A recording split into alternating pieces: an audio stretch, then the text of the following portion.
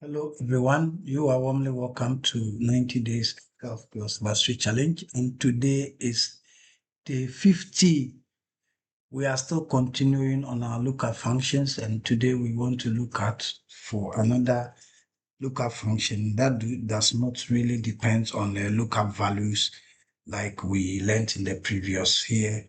It deals with only the geometric coordinators that will be supplying to it. So it moves in a grid position, and that's what we're going to look for. In some instances, we need them to be able to work very fast and efficient in it. So it's worth mentioning and also understanding that they exist and how they can also use to help you with your work. So quickly, I want us to move to what we call the index function. Very efficient.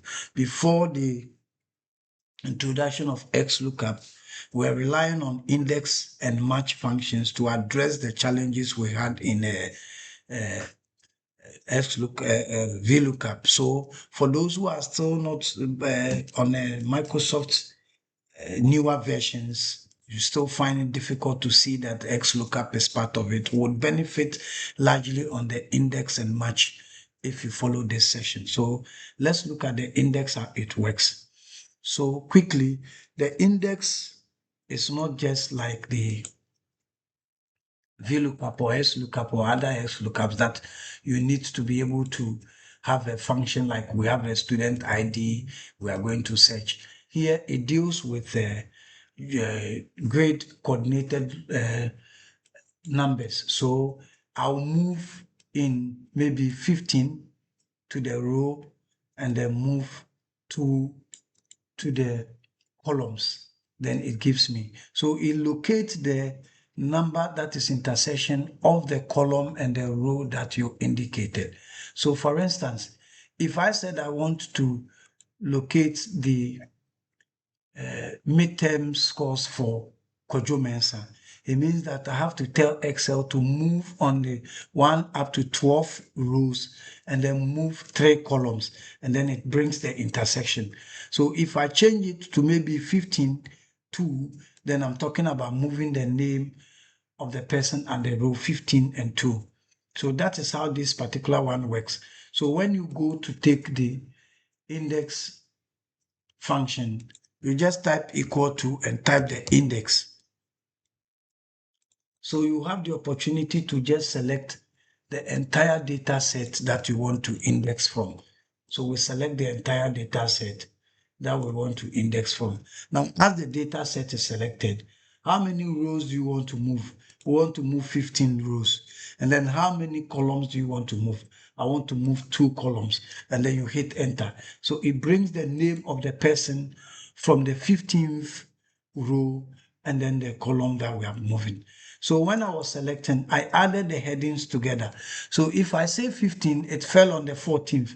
But if the heading is not together, it means that quickly we can take from 1 and leave the headers so we can just get our 15 correct. And that is a C argument. So 15.2 will definitely be showcasing at 15 and 2.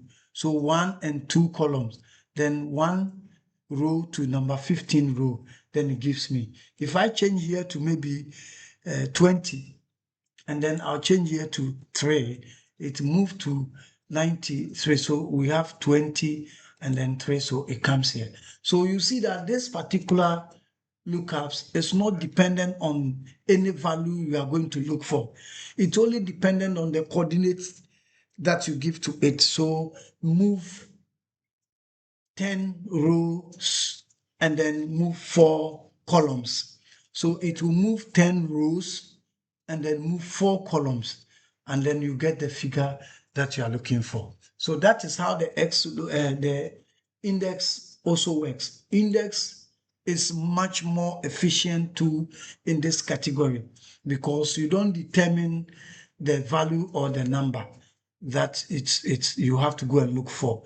It doesn't depend on any lookup value. It depends on the coordinate you want to move and you want to. So if I'm interested in moving a certain coordinate, that is what I will specify and get the values that I want. So if I say I want to move 2 columns, it means that I'll get the name.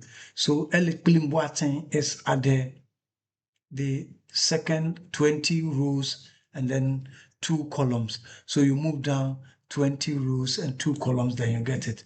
You can change the coordinates, and as you change it, the names actually change. So that is how the lookup, the index also work in the lookups. Very, very straightforward.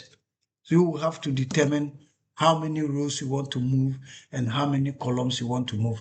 It is also more efficient in using it to work on a tabular form like this, especially when you are doing cross tabulation and then you need to pick some figures from the rows and then some figures from the columns, and then you are looking at the intersection figure for them.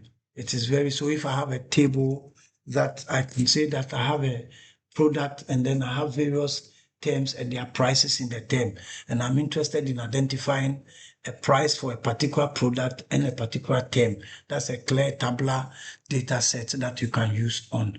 At the advanced form, we will see how these tools are used to address more complex business challenge that we have in it. But for now, we introduce to an index match that works only on the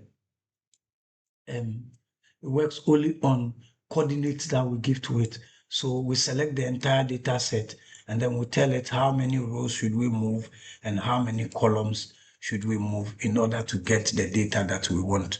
So that is the X lookup. That is the index function. The index function is more okay. So let's try it practically here. We are interested in moving 16 and also 16 rows, and then we'll move 2 columns. So let's do it. Index, you type the equal to sign and type the index, it will pop up and then you get it. Then we are selecting the entire data set.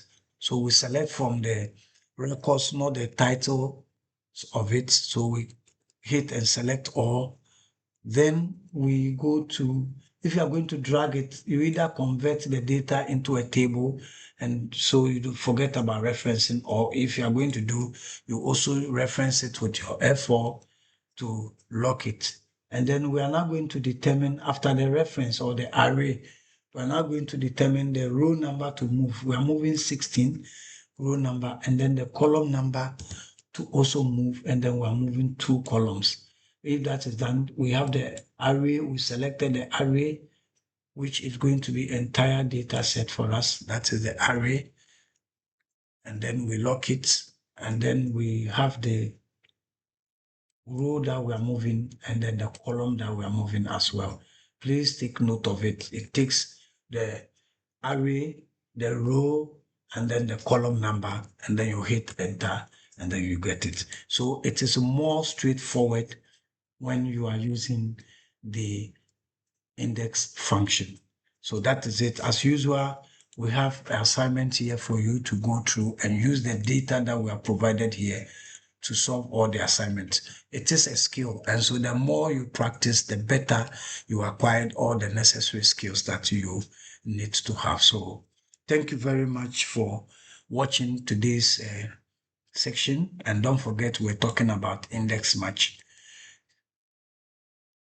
And if you are new to this channel, please subscribe as we keep updating the channel with more videos that can help you improve your skills. You can also share it with a friend, a family member, or anybody that requires this knowledge to perform their functions very well. I am Samuel Anim, and I'm the lead facilitator. Thank you for joining today. Let's meet in the next section. Thank you.